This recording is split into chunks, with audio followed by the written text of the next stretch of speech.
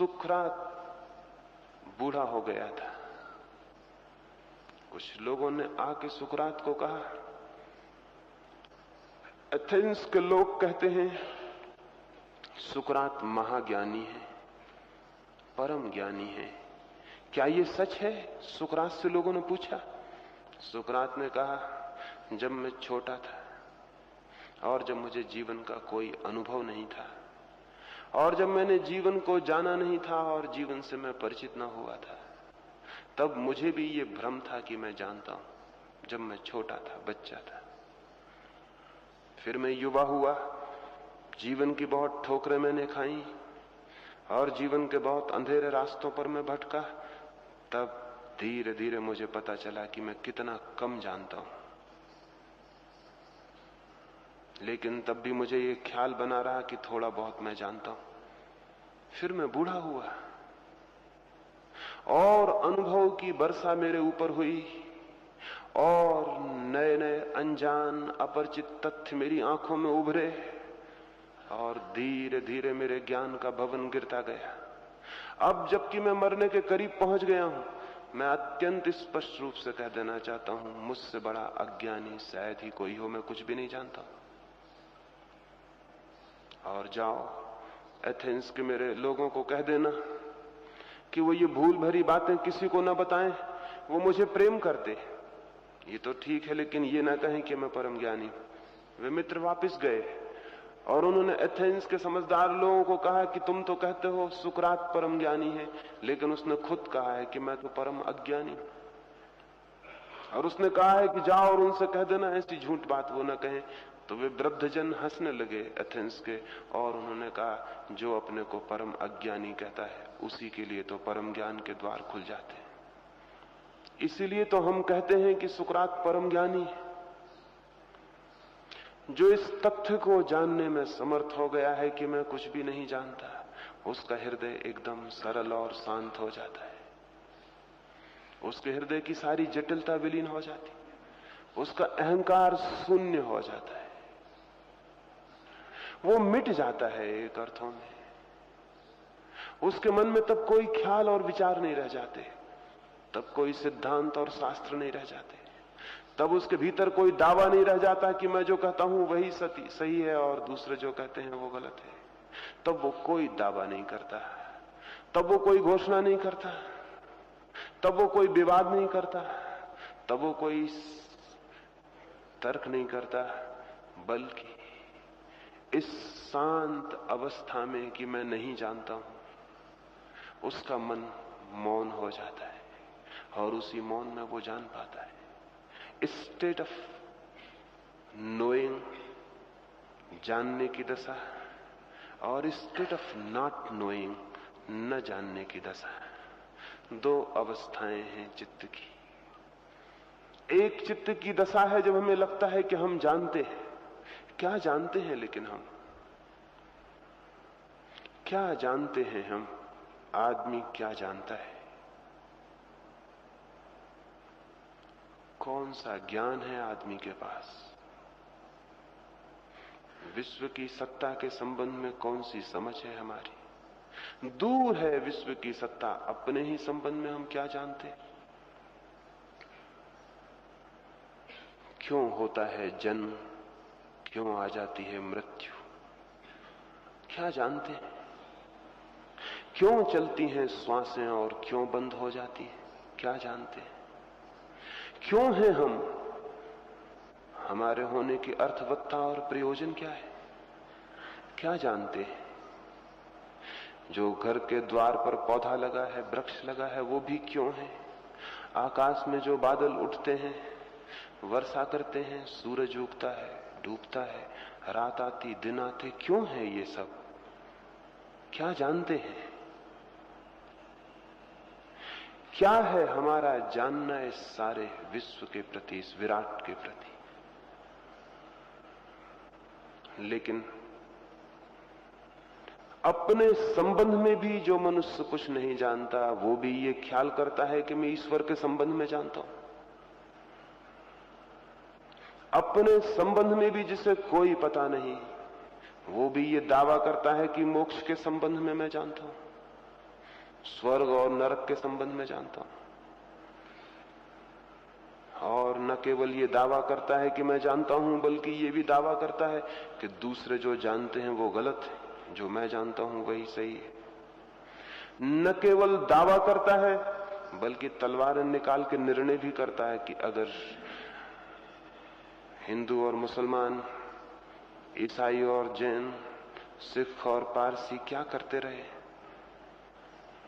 न केवल हम सही हैं बल्कि अगर कोई और कहता है कि तुम और भिन्न बात कहता है तो वो गलत है। न केवल वो गलत है बल्कि इसका निपटारा हत्या से करने की कोशिश भी हम करते हैं। अद्भुत है हमारा ज्ञान, कहना चाहिए अद्भुत है हमारा अज्ञान।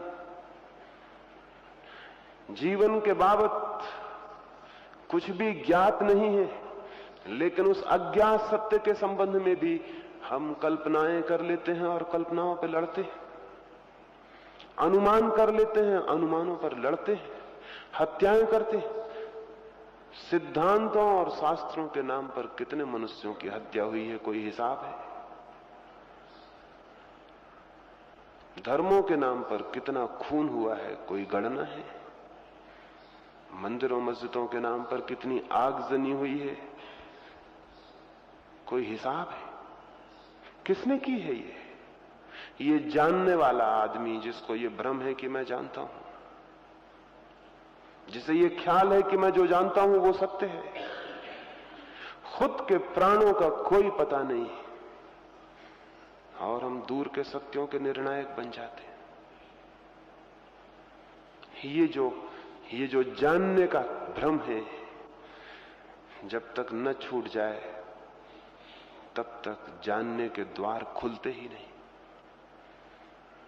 ज्ञान के द्वार केवल उसी के लिए खुलते हैं जो उस द्वार पर बिल्कुल अज्ञानी की भांति खड़ा हो जाता है और जो कहता है मैं तो कुछ भी नहीं जानता हूं, मुझे तो कुछ भी पता नहीं है, मुझे तो जीवन के आबासा का भी कोई अनुभव नहीं है, मैं तो निपट न जानने वाला हूं।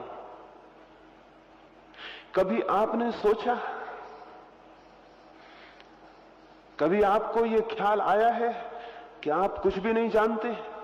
अगर आया है ख्याल तो आपके जीवन में धर्म की शुरुआत की संभावना है। और अगर आपको यह ख्याल है कि मैं जानता हूं तो आपके द्वार बंद हो गए, आपकी भूमि तैयार नहीं है। और जानते क्या है सिवाय शब्दों के, और क्या जानते? अगर गीता पढ़ ली है, अगर कुरान पढ़ लिया या बाइबल पढ़ ली है या और शास्त्र पढ़ लिए हैं जो कि ढेर सारे हैं जमीन पर, जिनकी कोई कमी नहीं है। प्रति सप्ताह कोई 5000 ग्रंथ नए छप जाते हैं सारी जमीन पर। प्रति सप्ताह 5000 ग्रंथों का प्रकाशन होता है सारी दुनिया में, कोई कमी नहीं है। उन सबको आपने पढ़ लिया, उन सब के शब्द सीख लिए, सूत्र सीख लिए, उनको आप बोलने में समर्थ हो गए, बताने में समर्थ हो गए, तो क्या आप सोचते हैं ज्ञान उपलब्ध हो गए? बात अगर ऐसी होती तो सारी दुनिया ज्ञानी हो गई होती, लेकिन शास्त्र तो बढ़ते जाते हैं, साथ ही साथ अज्ञान भी बढ़ता जाता है। ये बड़े हैरानी की, बड़ी दुविधा की बात मालूम होती। आदमी का ज्ञान बढ़ता जाता है और हम देखते हैं कि आदमी के भीतर का अज्ञान भी साथ में बढ़ता जाता है। ये कैसे हो रहा है? ये जानने के भ्रम से हो रहा है। जानने का जितना भ्रम होता जाता है उतना आदमी जटिल और कठोर होता जाता है, उतनी उसकी सरलता, उसकी सिंप्लिसिटी, उसकी ह्यूमिलिटी, उसकी विनम्रता सब खोती चली जाती। पंडित से ज्यादा अहमन्य और कौन होता है, जिसे ये ख्याल पैदा हो जाता है मैं जानता हूं, उसके अहंकार का कोई अंत नहीं है। और इसलिए तो दो पंडित मिलने को भी राजी नहीं हो पाते। दो बड़े साधुओं को मिलाना कठिन है, दो पंडितों को मिलाना कठिन है। उनके अहंकार बड़े पैने हैं, एक दूसरे के साथ खड़ा होना कठिन है। आज तक दुनिया को पंडितों के सिवाय और किसने लड़ाया है, किसने तोड़ा है? किसने आदमी आदमी के बीच दीवारें खड़ी की? कौन है इसके लिए जिम्मेवार? ये जानने वाले लोग। और बड़े मजे की बात है, ज्ञान क्या तोड़ने वाला हो सकता है? ज्ञान तो जोड़ेगा, अज्ञान तोड़ता है। तो ज्ञान के नाम से हम जिसका पोषण करते हैं वो बहुत गहरा अज्ञान है। शास्त्र पढ़ लेने से, शब्द सीख लेने से, सिद्धांतों को स्मरण कर लेने से ज्ञान उत्पन्न नहीं होता, केवल अज्ञान ढक जाता है। जैसे कोई अपने फोड़े को फूलों से ढांक ले तो क्या फोड़ा समाप्त हो जाएगा? जैसे कोई अपने रुग्ण शरीर को सुंदर सुंदर वस्त्रों से ढांक ले तो क्या शरीर स्वस्थ हो जाएगा? नहीं, बल्कि उसके स्वस्थ होने की संभावनाएं थी वे भी समाप्त हो जाएंगी। क्योंकि न केवल दूसरों को धोखा पैदा होगा कि वह आदमी स्वस्थ है, दूसरों का धोखा देख के उसे खुद भी धोखा पैदा होगा कि मैं स्वस्थ हूं। एक आदमी अपने फोड़े को छिपा ले, दूसरों को दिखाई पड़ना बंद हो जाएगा कि उसका फोड़ा नहीं है। दूसरों को देख के उसको खुद को यह भ्रम पैदा होना शुरू हो जाएगा कि शायद मेरा फोड़ा मिट गया है, क्योंकि कोई उसकी चर्चा नहीं करता है। और तब फोड़ा भीतर भीतर बढ़ेगा और सारे प्राणों पे छा जाएगा। हम अपने अज्ञान को छिपा लेते हैं शब्दों और शास्त्रों की सीख से, सिखावन से। उससे अज्ञान मिटता नहीं, भीतर भीतर सुलगता रहता है, फैलता रहता है। और इसीलिए तो हमारा ज्ञान एक तरफ होता है, हमारा जीवन दूसरी तरफ होता है। क्योंकि ज्ञान ऊपर का होता है, जीवन भीतर का होता है। इसलिए रोज झंझट खड़ी रहती है। रोज हम कहते हैं कि मैं जानता तो हूं कि ठीक क्या है, लेकिन जब करने का सवाल उठता है तो वो कर लेता हूं जो गलत है। अगर कोई आदमी जानता है कि ठीक क्या है, तो क्या यह संभव है कि वो गलत कर सके? नहीं, ये असंभव है। जो ठीक को जानता है वो गलत को नहीं कर सकता। लेकिन हम ठीक को जानते हैं और गलत को करते हैं। ये किस बात की सूचना और खबर है? ये इस बात की सूचना है कि हमारा जानना धोखे का है, झूठा है, शब्दों का है, सत्य का नहीं है। शब्दों को जान लेना बहुत आसान है। किताब पढ़नी कोई कठिन बात है? किताब को याद कर लेना कोई कठिन बात है? स्मृति को भर लेना कोई कठिन बात है? छोटे छोटे बच्चे सारी दुनिया में क्या कर रहे हैं, स्कूलों में क्या हो रहा है, बातें सिखाई जा रही। एक बच्चा गणित की बातें याद कर लेता है, एक बच्चा भूगोल याद कर लेता है, एक दूसरा बच्चा गीता याद कर लेता है। इन तीनों में कोई फर्क है?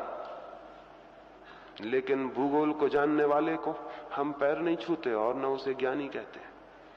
हम जानते हैं कि ये थोड़ी सी इंफॉर्मेशन इसने सीख ली भूगोल की, इसने इतिहास थोड़ा सा पढ़ लिया तो ठीक है। लेकिन वही बच्चा गीता याद कर ले तो ज्ञानी हो जाता है। और गीता याद करने में और इतिहास याद करने में कोई फर्क है? कोई भेद है? कोई अंतर है? कोई भी अंतर नहीं है। जो स्मृति इतिहास याद करती है वही स्मृति गीता याद कर लेती। लेकिन इतिहास वाले को हम ज्ञानी नहीं कहते, तो गीता जानने वाले को ज्ञानी कैसे कहने लगे? इतिहास भी एक किताब है, और गीता भी, और कुरान भी, और बाइबल भी। किताबें पढ़ लेने से ज्ञान उत्पन्न नहीं होता, केवल स्मृति परिपक्व होती है। स्मृति में कुछ बातें बैठ जाती हैं। स्मृति बिल्कुल यांत्रिक है, मैकेनिकल है, उसमें कुछ भी डाल दो। अभी ये टेप रिकॉर्ड कर रहे हैं, मैं बोल रहा हूं तो टेप कर रहे हैं। मैं अगर यहां भजन गाऊं तो भजन टेप हो जाएगा, गालियां दूं तो गालियां टेप हो जाएंगी, अच्छी बातें कहूं तो वो टेप हो जाएंगी, बुरी बातें कहूं तो वो टेप हो जाएंगी। टेप एक मशीन है, उसे इससे कोई फर्क नहीं कि मैं क्या कहता हूं, उसका काम है वो रिकॉर्ड कर लेगा। आदमी की स्मृति एक यंत्र है। आप इतिहास पढ़ें तो इतिहास याद हो जाएगा, गीता पढ़ें, गीता याद हो जाएगी। भजन पढ़ें, भजन, फिल्म का गीत पढ़ें तो फिल्म का गीत याद हो जाएगा। स्मृति ज्ञान नहीं है, स्मृति तो केवल संग्राहक यंत्र है। इस संग्राहक यंत्र को जो ज्ञान समझ लेता है, उसके रास्ते बंद हो गए, उसकी आगे की खोज बंद हो गई।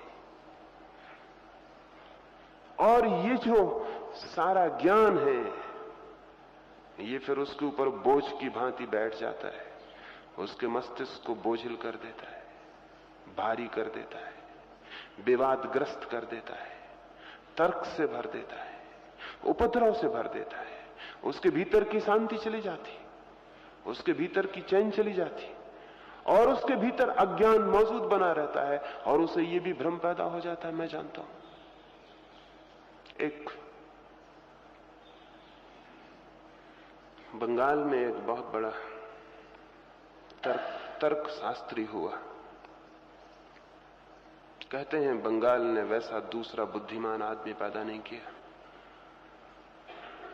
तर्क में बड़ी उसकी कुशलता थी, शास्त्रों में बड़ी उसकी गति थी। शायद ही कोई ऐसा महत्वपूर्ण शास्त्र हो जो उसे कंठस्थ न हो, और शायद ही कोई ऐसी बात हो जिसके पक्ष में वो खड़ा हो जाए तो उसे हराना आसान हो। वो एक दिन सुबह सुबह ही गांव के तेली की दुकान पर तेल खरीदने गया था। तेल खरीदा, तेली के पीछे ही कोल्हू चल रहा था, उसका बैल चल रहा था, तेल को पेर रहा था। कोई उसे चला नहीं रहा था, बैल अपने आप चल रहा था। तो उस तर्क शास्त्री पंडित ने पूछा उस तेली को, बड़े आश्चर्य की बात है, ये बैल अपने आप चल रहा है, कोई इसे चलाता नहीं। उस तेली ने कहा, देखते नहीं है, गले में घंटी बांध दी है, जब तक घंटी बजती रहती है मैं जानता हूं कि बैल चल रहा है, जब घंटी बंद हो जाती मैं उठ को फिर हाँक देता हूं। तर्क शास्त्री पंडित बोला, बड़े हैरानी की बात है, बैल बड़ा ना समझ, खड़े होकर सिर को क्यों नहीं हिलाता कि घंटी बजती रहे। उस तेली ने कहा, महाराज ये पंडित नहीं है, सीधा साधा बैल है, इसे न शास्त्रों का पता है न तर्क शास्त्र का कोई पता है, और आप कृपा करें और जल्दी यहां से चले जाएं। आपकी छाया भी खतरनाक हो सकता है ये बैल भी खड़े होकर घंटी बजाने लगे तो मैं बड़ी मुश्किल में पड़ जाऊंगा। मनुष्य के जीवन की सारी सरलता उसके पांडित्य और ज्ञान ने छीन ली। इसलिए तो सारी दुनिया में आदमी खड़े होकर घंटी बजा रहा है। कोई काम नहीं करना चाहता, तो खड़ा होकर उसको पता हो गया, खड़े हो जाओ, घंटी बजाते रहो, घंटी बजती रहेगी, समझा जाएगा काम हो रहा है। जीवन की सब दिशाओं में हमारे ज्ञान ने हमें बड़ी हैरानी में डाल दिया,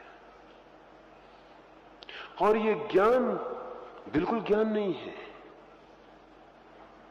और ये ज्ञान बिल्कुल ही यांत्रिक शिक्षण है। इस यांत्रिक शिक्षण को ज्ञान समझ लेना और इसको मान्यता देनी, इससे बड़ी और कोई बाधा नहीं। कुछ भी हम जानते नहीं, और जो भी हमारी अटकलबाजियां हैं और हमारी पूरी फिलोसॉफी अटकलबाजियों के सिवाय और कुछ भी नहीं है। जमीन का हमें पता नहीं है, आकाश के हमने हिसाब लगा लिए। भगवान के कितने चेहरे हैं ये भी हमने पता लगा लिया। भगवान कहां है, कैसे रहते हैं, इसका भी हमने सब हिसाब लगा लिया। हमने भगवान की मूर्तियां और फोटो भी बना ली, और सारी दुनिया पर हर आदमी स्वतंत्र है खोज कर लेने को, बना लेने को, कल्पना कर लेने को। सारी दुनिया में न मालूम कितनी कल्पनाएं खड़ी हो गई। उन्हीं कल्पनाओं को हम धर्म समझ रहे हैं, उन्हीं अटकलबाजियों को, अंधेरे में टटोली गई बातों को, और फिर उनको सीख लेते हैं और उनको पकड़ लेते हैं और उनको पकड़ के जड़ हो जाते हैं। सोच विचार भी खो जाता है, चेतना का जागरण भी खो जाता है। एक बात इसलिए सबसे पहली जान लेनी जरूरी है,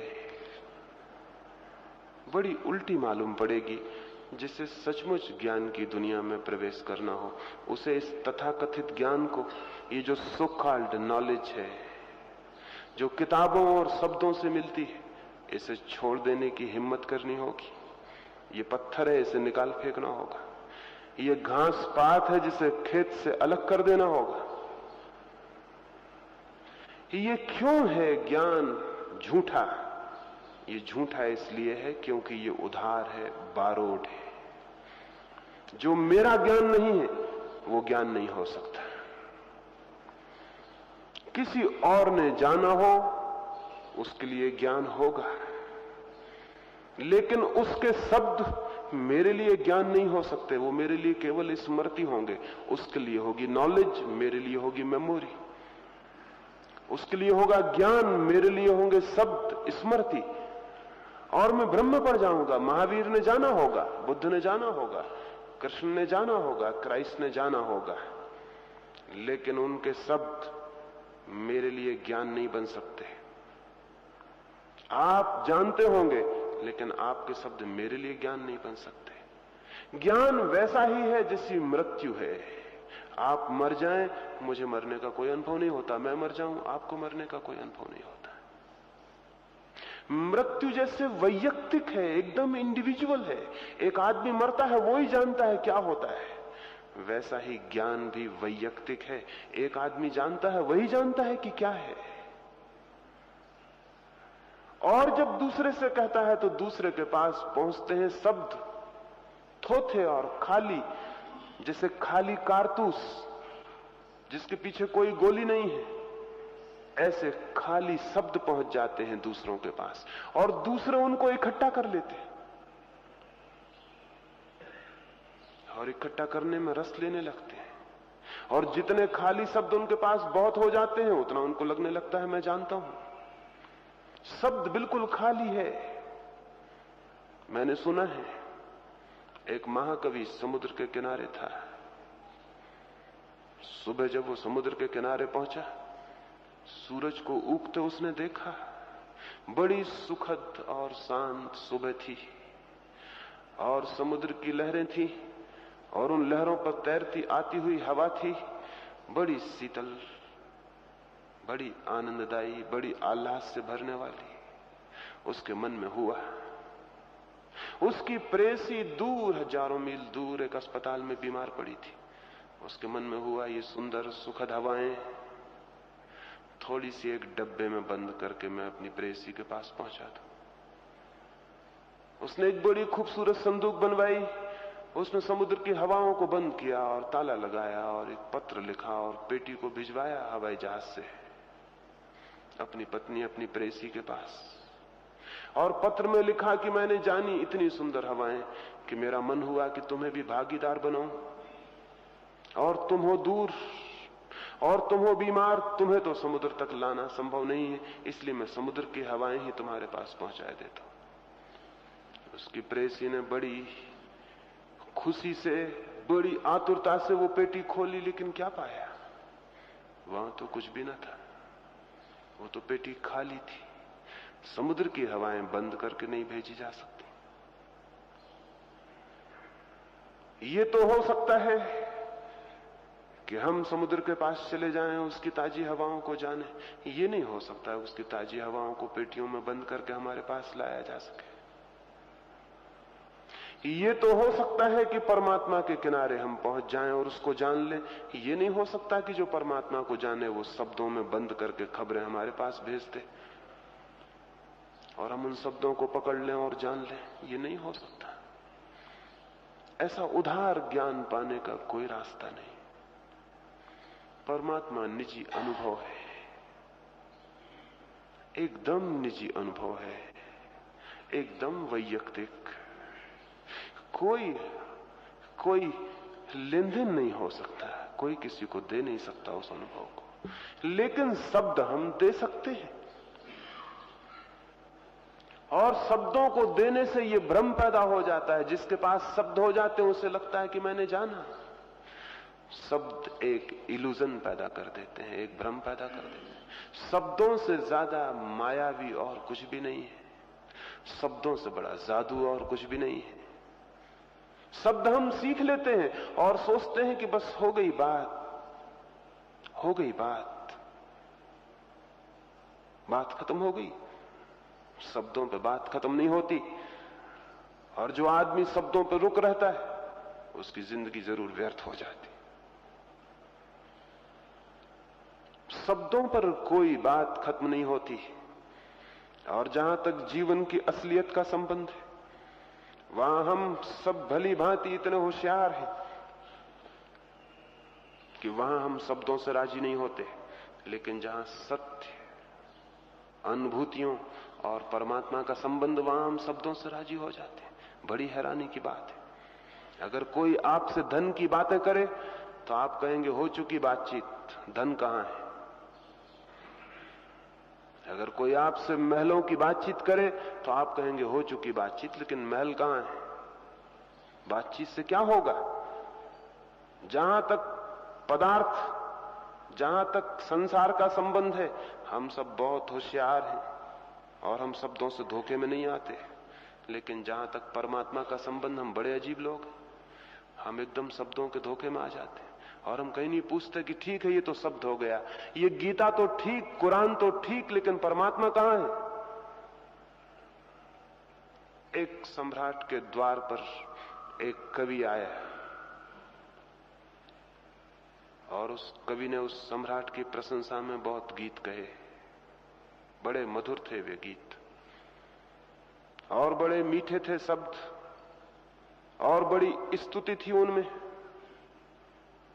सम्राट हुआ बहुत प्रसन्न और उसने सारे गीत सुनकर कहा अपने वजीर को, कल 10,000 स्वर्ण मुद्राएं भेंट कर देना इस कवि को। अद्भुत है ये कवि। और कवि से कहा बहुत हुआ आनंद, बहुत हुआ आनंद, कल आना और 10,000 स्वर्ण मुद्राएं भेंट कर दूंगा। कवि तो आसमान में उड़ गया, तो नाचता हुआ घर लौटा। 10 स्वर्ण मुद्राएं मिल जाती तो भी खुश होता। 10,000 स्वर्ण मुद्राएं। रात सो नहीं सका, रात भर सपने उठते रहे, रात भर बुनता रहा, हिसाब करता रहा, क्या करूंगा क्या नहीं करूंगा। 10,000 स्वर्ण मुद्राओं की तो कल्पना भी न थी। मुंह अंधेरे ही, सूरज भी नहीं निकलता था, वो राजा के द्वार पर पहुंच गया। द्वार खुले तो वह बाहर खड़ा हुआ था। राजा ने उससे पूछा कैसे आए। वो थोड़ा हैरान हुआ। उसने कहा आप भूल गए क्या, कल आपने कहा था 10,000 स्वर्ण मुद्राएं देंगे। राजा हंसने लगा। उसने कहा बातों बातों में तुमने मुझे प्रसन्न किया था, बातों बातों में मैंने भी तुम्हें प्रसन्न किया, इसमें लेने देने का कहां संबंध है। तुमने कुछ अच्छी बातें कही थी, मैं खुश हुआ, मैंने एक अच्छी बात कही ताकि तुम खुश हो जाओ। इसमें रुपए कहां आते हैं, इसमें रुपयों का क्या वास्ता है। तुमने भी कविता कही, हमने भी कविता कही। हम जरा शब्दों की कविता नहीं कर सकते, हम रुपयों की कविता करते हैं। तो हमने भी एक कविता कही, वो भी एक पोएट्री थी। तुम भी कवि हो, हम भी कवि हैं। तुम शब्दों के कवि हो, हम रुपयों और धन के कवि हैं। तो बात खत्म हो गई, उसके आगे लेने देने का क्या संबंध है। लेकिन कवि को यह तो दिखाई पड़ गया कि रुपयों की बात कविता हो तो उसको भी धक्का लगा। लेकिन उसको खुद शायद ही ये कभी दिखाई पड़ा होगा कि उसकी कविताएं भी कोरी और थोती शब्दों से ज्यादा नहीं, उनमें भी कुछ नहीं है। हम शब्दों के व्यामोह में पढ़ते हैं और उसे ज्ञान समझ लेते हैं। ये ज्ञान नहीं है। ये पहली शर्त है। इस ज्ञान को थोथा और भ्रामक समझना जरूरी है, जो हमने दूसरों से सीख लिया है। और हमने सब तो दूसरों से सीखा हुआ है। अगर मैं पूछूं ईश्वर है और आप कहें है, तो क्या आप सोचते हैं आपने ईश्वर को जाना? सुना है, सीखा है, लोग कहते हैं है, आप भी कहते हैं है। हिंदू से पूछें तो वो कुछ और कहता है, मुसलमान से पूछें वो कुछ और कहता है, बौद्ध से पूछें वो कुछ और कहता है, जैन से पूछें वो कुछ और कहता है। क्या वो सब जानते हैं? नहीं, जो उनने सुना है वो कहते हैं। क्योंकि उन्होंने भिन्न बात सुनी है इसलिए वो भिन्न बात कहते हैं। आपने भिन्न बात सुनी है, आप भिन्न बात कहते हैं। रूस में चले जाएं, वहां के लड़कों से पूछें ईश्वर है, वो कहते हैं नहीं है। क्या वो जानते हैं कि ईश्वर नहीं है? नहीं, उनकी हुकूमत उनको यही समझा रही है कि नहीं है, वो यही सुनते हैं, यही कहते हैं। रूस के बच्चे कहते हैं ईश्वर नहीं है, हिंदुस्तान के बच्चे कहते हैं ईश्वर है, हिंदू का बच्चा कहता है पुनर्जन्म है, ईसाई का बच्चा कहता है पुनर्जन्म नहीं है। ये ज्ञान है या कि शिक्षा है? सिखाई गई बातें हैं। जो बातें बचपन से दोहराई जा रही हैं वो हम सीख लेते हैं, उन्हीं के आधार पर हम अपने ज्ञान को खड़ा करते चले जाते हैं। ये सारा ज्ञान का भवन झूठा है, इसके आधार झूठे हैं। जो चीज सिखाई जाती है वो झूठी होती, जो बात जानी जाती है वो और होती है। जानना और सीखने में फर्क है। विज्ञान सिखाया जा सकता है, धर्म सिखाया नहीं जा सकता। इसलिए विज्ञान के कॉलेज हो सकते हैं, यूनिवर्सिटी हो सकती, धर्म का कोई कॉलेज कोई यूनिवर्सिटी नहीं हो सकती।